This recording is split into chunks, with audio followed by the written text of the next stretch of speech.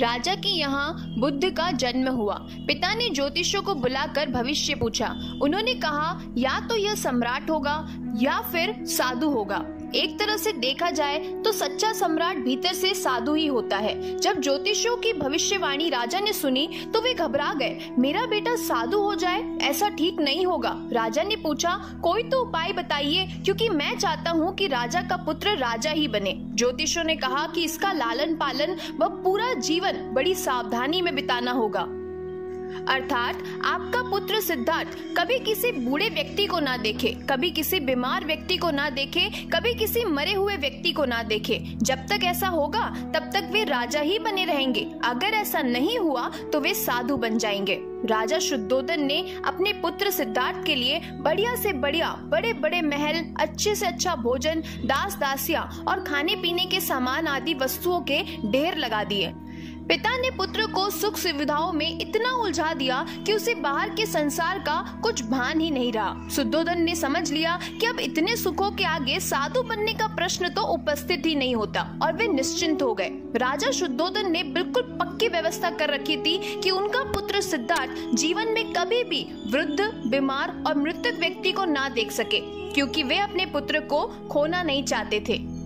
अब बात करते हैं सिद्धार्थ के जीवन की। ऐश्वर्य और सुख सुविधाओं में बीत रहा था सिद्धार्थ का जीवन। उनके जवान होने पर एक सुंदर कन्या यशोधरा से उनका विवाह हो गया। विवाह हो जाने पर शुद्धोधन की आधी चिंता मिट गई। अब तो शादी हो गई, अब कहाँ जाएगा? अब तो मेरा पुत्र बंधन में बंध गया है, अब उसके कहीं जाने का सवाल ही नहीं उठता।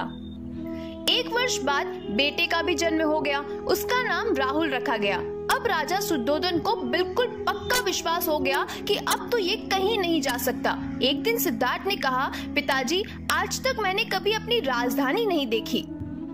आपकी आज्ञा हो तो आज मैं देख आऊं? राजा ने कहा, हाँ हाँ अवश्य जाओ, अपना शहर देख कर आओ। एक सारथी को भी साथ में भेजा गया कि जाओ राजकुमार को राजधानी घुमा फिरा कर लाओ। फिर भी राजा ने चकाचौबंद इंतजाम कर दिया कि कहीं चूक ना हो जाए। सिद्धार्थ के लिए राजधानी के प्रमुख मार्ग खूब सजाए गए थे, पर घूमते घूमते सिद्धार्थ ने थोड़ा उल्टा मार्ग ले लिया। वे उस मार्ग से गुजरने लगे जहाँ पर तैयारी नहीं थी, और आज उनको बहुत आश्चर्य हुआ जब पहली बार उन्होंने एक बूढ़े आदमी को देखा। कमर झुकी हुई, पूरी चमड़ी में झुर्रियां पड़ी थी। वह परेशानी और दुख से बेहाल था। उसकी चाल बहुत धीमी थी। बूढ़े की झुकी हुई कमर को देखकर सिद्धार्थ को एक झटका लगा और सारथी से उन्होंने पूछा, क्या एक दिन मैं भी बूढ़ा हो जाऊंगा?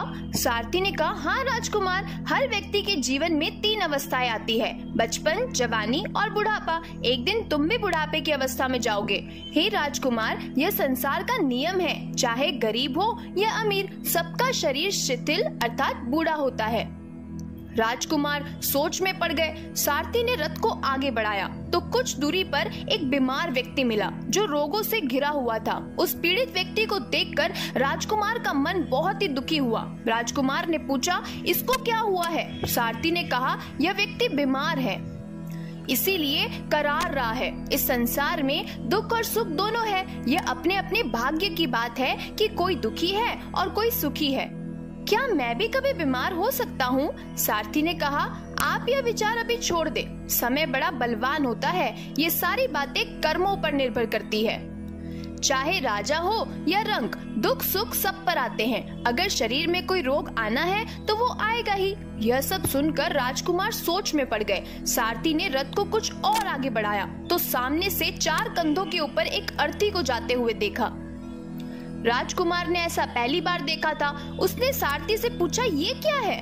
ये आदमी मर गया है, ये मुर्दा है। जो व्यक्ति मर जाता है उसको बांधकर शमशान भूमि में ले जाते हैं, फिर वहाँ पर उसे जला दिया जाता है।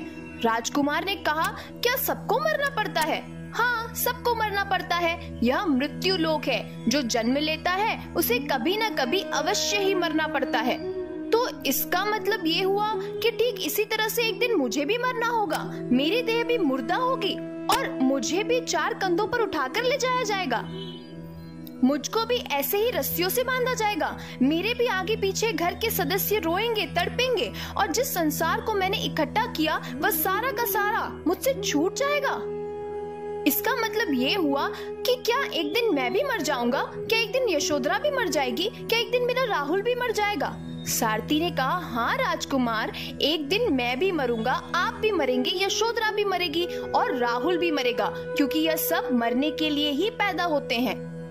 उस रात सिद्धार्थ सो न सके। सोचने लगे कि क्या संसार में इतना दुख है, रोग है, बुढ़ापा है, और ऐसे में मैं खा पी कर कैसे जी सकता हूँ? नहीं नहीं, ऐसा मुझसे नहीं हो सकता। मुझे खोजना होगा उस तत्व को जो दुख, पीड़ा और शोक से रहित हो, जो भय, भ्रम और भूल से परे हो, जो अनंत आनंद से भरा हो, जिसे पाकर फिर और कुछ पाने की इच्छा ना हो। सिद्धार्थ वैराग्य के शिखर तक पहुंच चुके थे। बस उसी रात को उन्होंने घर छोड़ दिया। सारथी से कहा कि नगर की सीमा से दूर ले चलो। नगर के बाहर पहुंचकर सारथी को लौटा दिया। फिर कई दिनों तक वन में चलते गए और एक घने पीपल के वृक्ष के नीचे आसन लगाकर ध्यान में लीन हो गए।